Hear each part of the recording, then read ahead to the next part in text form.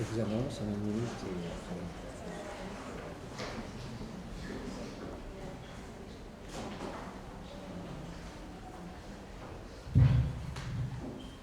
Bonjour, bienvenue à tout le monde. J'espère que vous avez pu un peu reposer après la journée très dense d'hier. Aujourd'hui aussi, nous avons une journée assez longue. Nous allons commencer tout de suite avec la conférence de Jacques Roubaud sur le Finnegan's Wake de James Joyce. Il y a un peu besoin d'introduction, bien sûr. La plupart d'entre vous le connaissent personnellement ou par ses œuvres. Je voulais justement tout simplement vous dire que nous sommes très très heureux de l'accueillir. Ce n'est pas la première fois qu'il vient à Budapest. Il est venu en tant que membre de l'UNICO avec ses confrères Jacques Jouet et Paul Fournel, autrefois à une journée de poétique comparée en tant que spécialiste de la littérature. Et il y a 3 ans, pour la cérémonie, on a célébré le fait qu'il avait nommé élu docteur honoris causa de l'université de Tökös de Budapest. Donc, c'est un énorme plaisir qu'il a de nouveau accepté d'être avec nous et de faire une lecture. Et on tente, il y a peu d'espoir qu'on y arrive, mais on essaie d'organiser une lecture publique des textes de Jacques Roubaud samedi après-midi. Si jamais vous êtes intéressé, je vous prie de me le faire savoir. Encore un petit détail technique. Pour le programme, disons, qu'on pourrait organiser samedi après-midi pour les participants, donc il y a plusieurs options. Certains souhaitent aller dans les bains, d'autres préfèrent le musée national ou éventuellement d'autres musées. Je passerai un circulaire à la pause café. Je vous demanderai de signer ce qui vous intéresse éventuellement. Mettez un mot.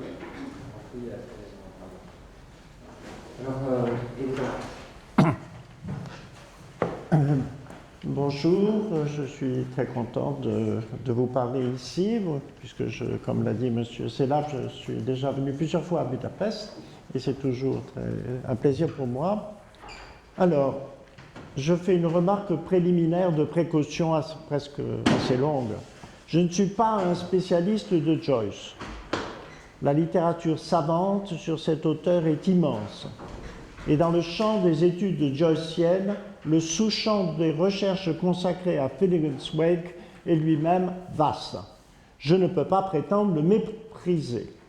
Je vais présenter quelques interrogations naïves de lecteurs que j'ai depuis très longtemps, limitées à un aspect particulier, limité de l'œuvre, celui de la langue.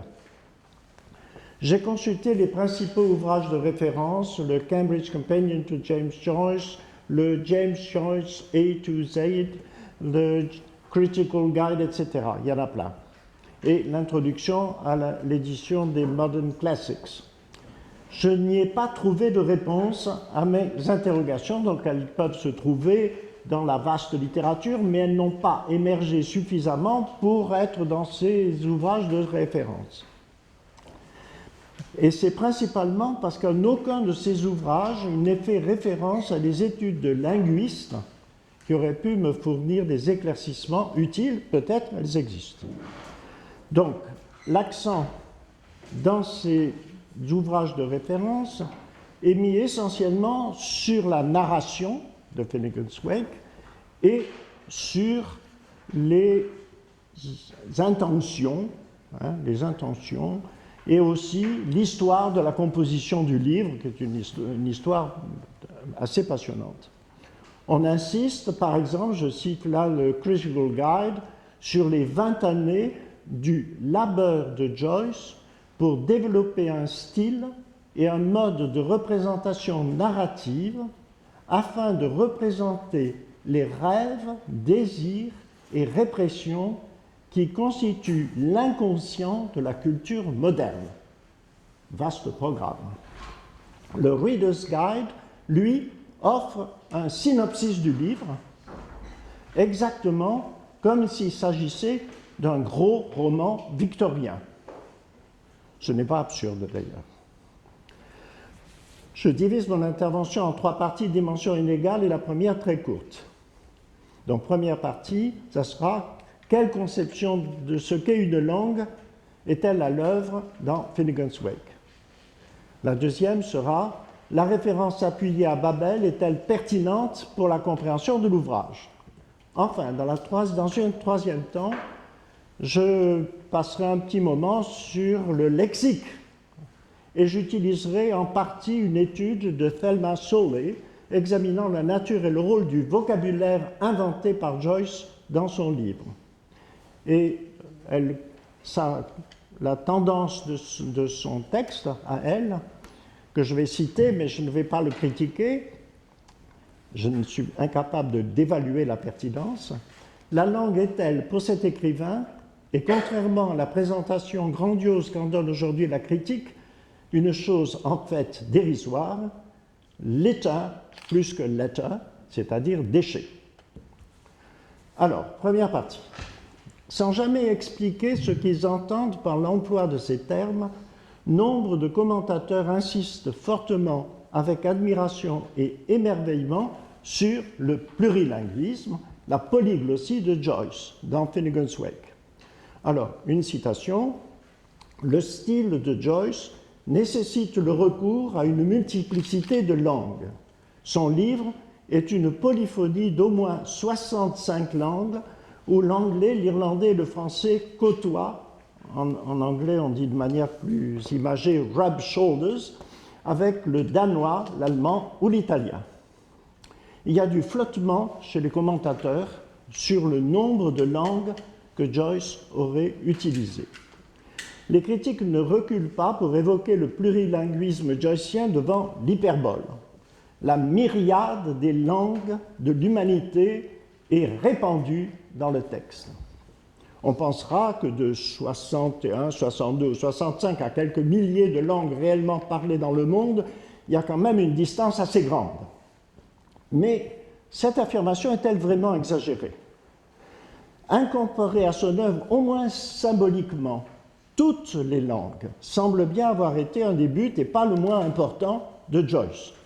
Et les 65 langues effectivement présentes dans Finnegans Wake doivent y être considérées, je pense, comme constituant un parlement universel des langues où les députés élus par Joyce sont les représentants. Alors, d'où viendrait cette polyglossie?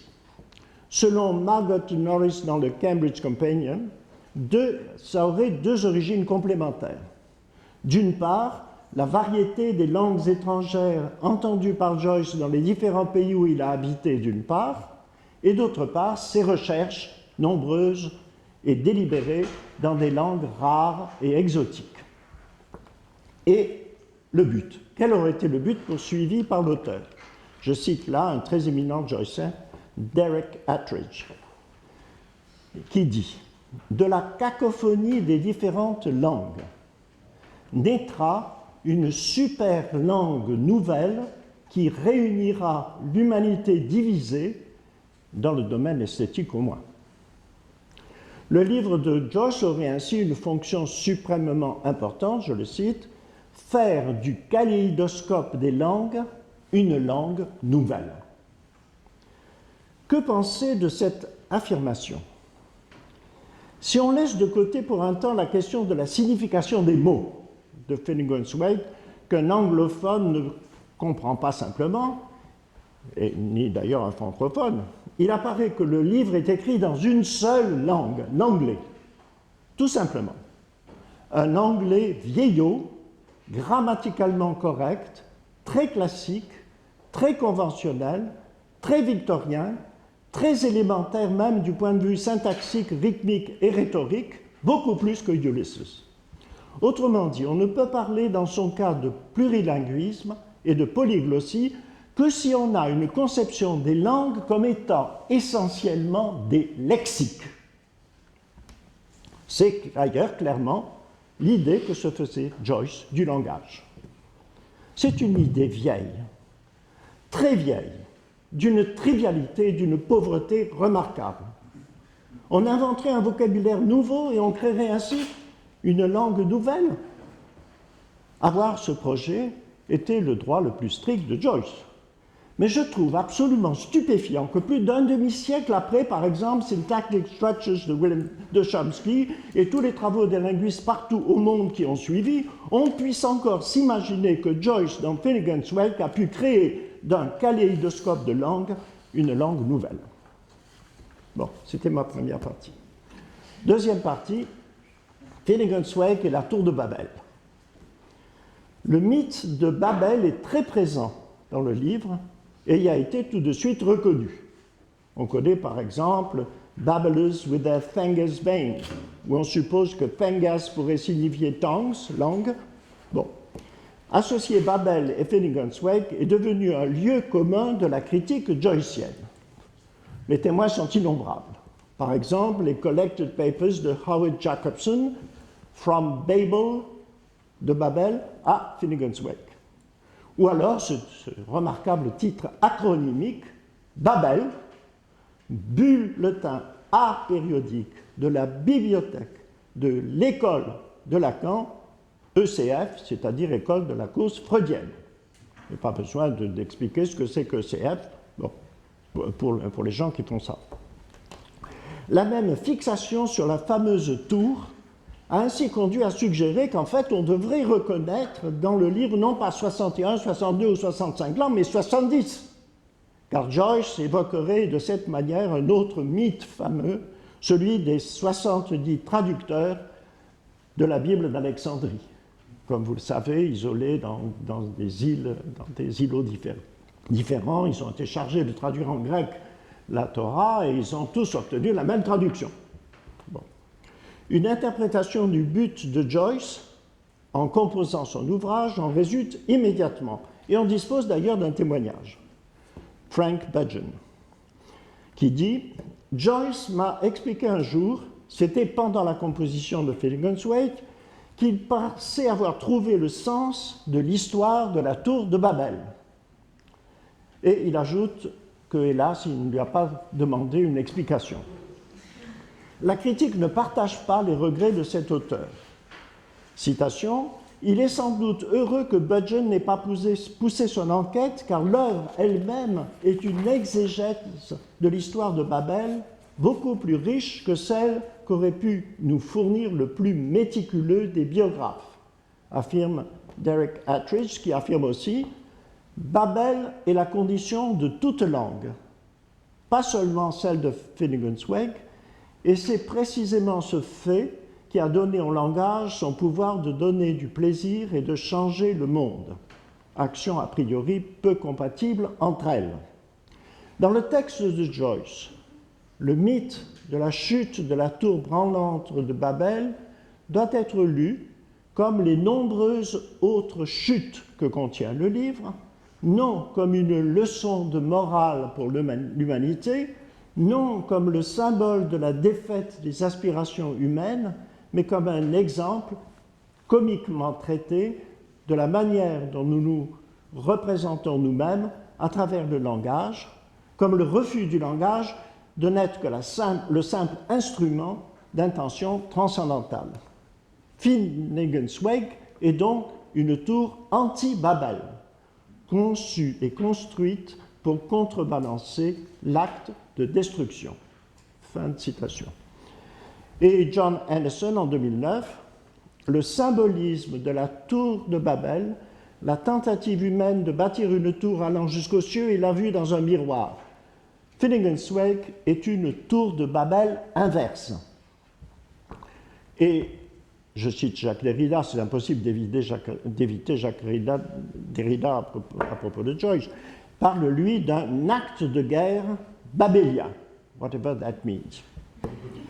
Si le projet de Joyce était bien de corriger, de réparer la catastrophe supposée de Babel qui rendit les langues plurielles, donc, selon Mallarmé, imparfaites en cela que plusieurs, il est clair, à moins de supposer, ce n'est pas invraisemblable, que la langue parfaite pour Joyce est l'anglais, et qu'il a suffi de le saupoudrer de vocables inventés, façonnés à partir de 61, 62, 65 ou même 70 langues autres pour parvenir à bâtir cette tour inverse.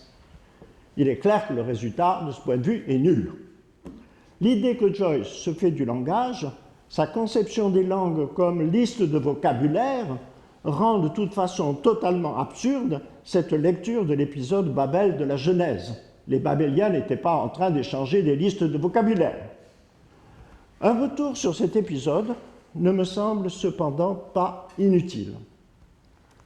La traduction traditionnelle de Genèse 11, 1, 9 est bien représentée par la version, sans doute la meilleure en français, mais enfin, les autres traductions courantes ne sont pas très éloignées, de la Bible de Jérusalem. 1. Tout le monde se servait d'une même langue et des mêmes mots. 2. Comme les hommes se déplaçaient à l'Orient, ils trouvèrent une vallée au pays de Shinéar et s'y établirent. Ils se dirent l'un à l'autre, « Allons, faisons des briques, cuisons-les au feu. » La brique leur servit de pierre et le bitume leur servit de mortier. Ils dirent, « Allons, bâtissons une ville et une tour dont le sommet pénètre les cieux. Faisons-nous un nom et ne soyons pas dispersés sur toute la terre. » Or, Yahvé descendit pour voir la ville et la tour que les hommes avaient bâtie. Et Yahvé dit, « Voici que tous font un seul peuple et parlent une seule langue, et tel est le début de leur entreprise. Allons, descendons, et là, confondons leur langage pour qu'ils ne s'entendent plus les uns les autres. » Yahvé les dispersa de là sur toute la face de la terre, et ils cessèrent de bâtir la ville. Aussi la nomma-t-on Babel, et c'est là que Yahvé confondit le langage de tous les habitants de la terre, et c'est de là qu'il les dispersa sur toute la surface de la terre. Les bâtisseurs de la tour, selon cette traduction assez universellement adoptée, parlaient tous la même langue et utilisaient les mêmes mots. Et Yahvé opéra un brouillage. C'est très intéressant parce que le mot Babel assonance avec Balal, qui veut dire confondre, brouiller. Selon la récente traduction de la Bible Bayard 2001, dite Bible des écrivains, j'y ai participé, la version traditionnelle est profondément réductrice. Si on traduit exactement, on obtient ceci. 1. Toute la terre, une seule bouche, les mêmes mots. On lève le camp de l'Orient, on trouve une plaine où s'installer dans le pays de Shinéar. Chacun dit à l'autre, « Ah, fabriquons des briques et des fours pour les enfourner, la brique est leur pierre, le bitume leur mortier. » Ils disent, « Ah, construisons-nous une ville et une tour, sa tête touchera le ciel, faisons-nous un nom et nous ne serons jamais dispersés sur toute la terre. » Yahvé descend pour voir la ville et la tour construites par les fils de l'Adam. Yahvé dit, « Tous ensemble, ils commencent à ne faire plus qu'une seule bouche et qu'une seule communauté, rien ne leur sera impossible. Ah, descendons tout brouillés dans leur bouche, que chacun ne comprenne plus la bouche de l'autre. Yahvé les disperse sur toute la terre, ils arrêtent de construire la ville, on l'appelle Babel, car ici Yahvé a tout brouillé dans la bouche de toute la terre, et de là a fait se disperser tout le monde sur toute la terre. Dire que sur toute la terre, il y a une seule bouche prononçant les mêmes mots affirme beaucoup plus qu'une unicité de langue et de lexique. Ils employaient la même langue, ils avaient les mêmes mots, mais les Babéliens disaient tous la même chose. L'interprétation du mythe de Babel qui en résulte est fort différente de la version reçue. Je cite ici Jean Lourd, traducteur avec Frédéric Boyer de la Genèse dans la Bible Bayard. Le narrateur de Genèse 11 suppose une unicité de langue dans le monde. Il lie cette situation au projet unificateur d'une ville et d'une tour universelle pour assurer la non-dispersion de l'humanité. Il y voit une entreprise illusoire et dangereuse, d'où son intervention pour brouiller les langues. Le contre-projet divin n'est pas une punition pour un quelconque péché d'hubris, mais une volonté d'amener les humains à accepter le fait de leur diversité, seule condition pour réaliser leur humanisation progressive à travers l'altérité et le dialogue. En d'autres termes, face à un projet tentant, encore aujourd'hui le rêve d'un gouvernement universel, le Big Brother de George Orwell, le projet divin, selon l'écrivain de Genèse 11, fait le choix de la dispersion, de l'altérité, du voyage au risque de l'errance en quête du dialogue, thèmes qui sont déjà exprimés dans Genèse antérieurement. Jean Lourd n'est pas le seul à proposer cette interprétation. Joseph Blenkinsop dit dans son commentaire sur la Genèse, « Si nous lisons le récit de Babel dans le contexte de Genèse 1.11, nous voyons que les nouveaux arrivants sur la terre ont l'intention de bâtir un monde différent de celui qui est décrit sur la table des nations, où les différents peuples imposent dans leur territoire leur propre langue. La ville et la tour apparaissent comme moyen de contrer un pouvoir politique par des symboles religieux puissants, et la résistance des habitants à la différenciation linguistique semble dictée par la prise de conscience du fait que le langage est un instrument de pouvoir, de contrôle, de coercition, ce qu'il est bien en effet réellement. » Voilà. La réparation de Babel a donné lieu à de très nombreuses et souvent très belles méditations. On connaît celle de Mallarmé. Je citerai seulement une que je trouve magnifique, celle de Franz Rosenzweig, qui l'a expliqué à Benjamin, à Walter Benjamin, enfin que Walter Benjamin utilise. L'effacement de la confusion babélique serait offert par l'épisode de la Pentecôte. Une seule bouche, la bouche divine, parle, mais tous ceux qui l'écoutent, tous ceux qui parlent la myriade des langues distinctes dans le monde, entendent la même chose. Bon, maintenant dans ma dernière partie, je vais aborder le problème du, disons, pancake. Moi, quand j'ai lu Finnegan's Wake pour la première fois, lu c'est beaucoup dire, enfin quand je l'ai lu en des parties, comme je l'ai fait à plusieurs reprises, ça m'est apparu avec très agréable en tant que jeu, disons, pancake, un gâteau avec des jeux de mots, un gâteau de jeux de mots. Quand la communauté joycienne redescend du firmament des considérations générales sur l'importance planétaire de Finnegan's Wake, des comparaisons avec la musique, le montage cinématographique, les idéogrammes chinois, l'histoire universelle, quand elle n'évoque pas Vico, Eisenstein et tutti quanti, il lui faut bien se pencher sur les mots, ces pseudo-mots qui font de ce livre un clafoutis langagier de fruits problématiques. Les langues qu'on reconnaît dans le roman n'y sont pas présentes directement. Il faut les découvrir. Et c'était bien le but de l'auteur, qui espérait avoir donné du travail de déchiffrement pour de nombreuses années, et il a réussi. Atherton, en 1959, disait « Finnegan's Wake est conçu comme quelque chose d'intermédiaire entre la Bible et une grille de mots croisés. On ne peut pas se contenter du côté Bible. Il faut, malgré tout, aussi aborder le côté mots croisés. Dans la plupart des Joyce mots de Finnegan's Wake, le sens n'est pas immédiatement visible. Il faut aller le chercher. Une concordance de Finnegan's Wake indique qu'environ 50% des unités sémantiques du texte sont bâties sur des matériaux de langue anglaise et, à première vue, semblent être des jeux de mots. Joyce, d'ailleurs, dans une conversation avec Paul Léon, a parlé d'un outil qui ressemble à un jeu de mots et d'un montage par paronomase semblable au langage cinématographique. Mais ces pseudo-jeux de mots sont rarement reconnaissables simplement comme tels. Une proportion importante d'entre eux a été identifiée par la critique comme étant des mots-valises, portmanteau words, le terme emprunté à Lewis Carroll. Un article récent a fait le point sur cette question des portmanteau words dans Finnegan's Wake. C'est l'article de Ruben Bork, paru dans Poetics Today en 2007.